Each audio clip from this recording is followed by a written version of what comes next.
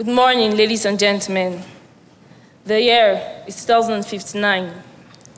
I wake up in a daze to find myself in a house which I discover is in my village, Isu.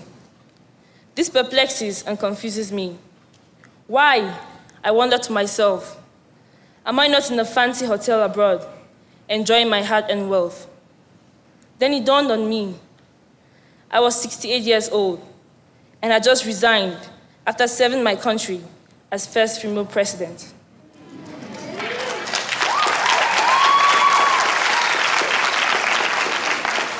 At this, I smiled because I knew I had kept my word and I had been a true alien.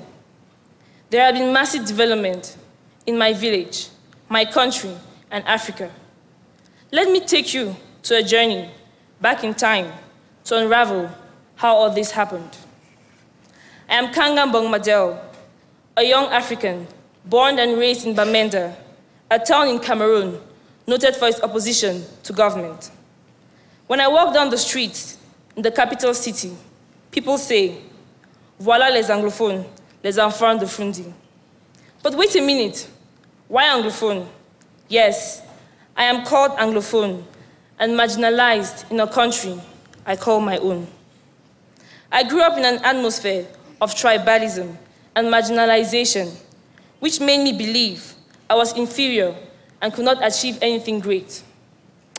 I watched my loved ones being denied jobs because they are anglophones, and besides, not from the president's tribe. I was treated with scorn and contempt because I could not express myself fluently in French. My parents, who worked hard for an adamant government, raised 6 kids, despite all odds. By merit and through the resilience of my parents, I was enrolled at 11 years old in one of the most prestigious colleges in my country, which paradoxically is found in my town. At 16, I was elected house captain in my school, which was comprised of 600 girls. That same year, I was set to take my O-level examinations. The skepticism around me was glaring.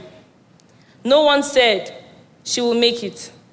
Maybe because I was a girl, an anglophone for that matter. I will never forget the day when the results were released. I was sitting in front of the TV with my family when my name was called as top performer of my country.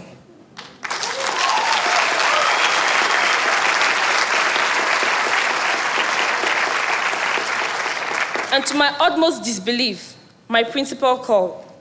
She had never done so, despite the fact that I had served my school as prefect. People sung my praises, but I was not moved, because I was being accepted because of my achievements instead of who I was. Then came the next phase of my life, my A-levels. I enrolled 5 arts subjects and emerged as top arts performer in the country with a total of 21 on 25 points.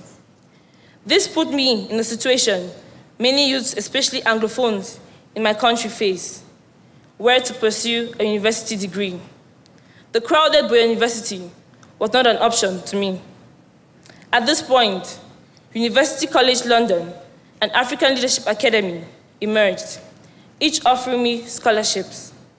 On the one hand was University College London, giving me a chance to study law. On the other hand was African Leadership Academy, offering me an opportunity of a lifetime. So I said yes to African Leadership Academy.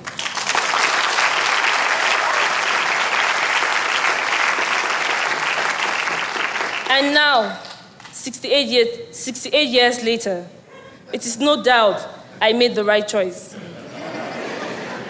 At African Leadership Academy, I was nurtured and equipped like a soldier with the right mindset and skills I needed.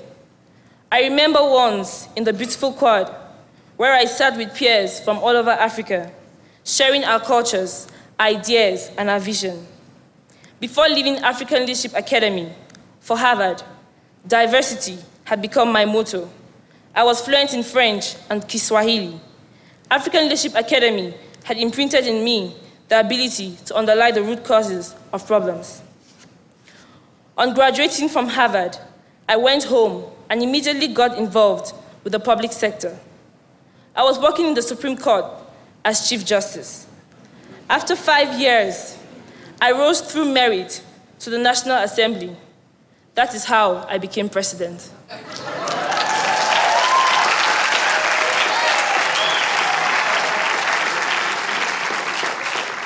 It was tough and rough as president, but I was determined. Enough was enough. I focused on the root cause of the problems in my country, which is simply put, division.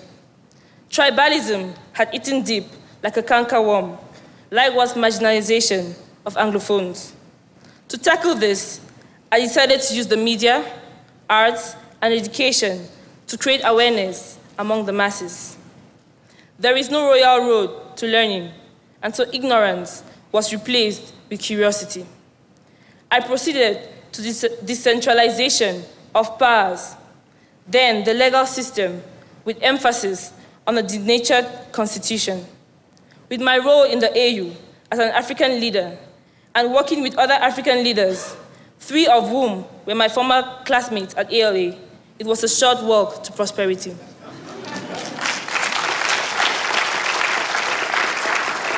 Looking back, there is nothing I would have done differently. All around me, I see joy, peace, and serenity.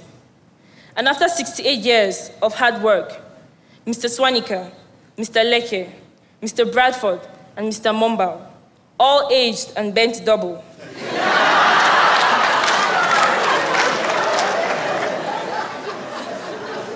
Smile with your wrinkled faces. And I hold my head high because I was not only an agent of positive change, but I was a legend of positive change.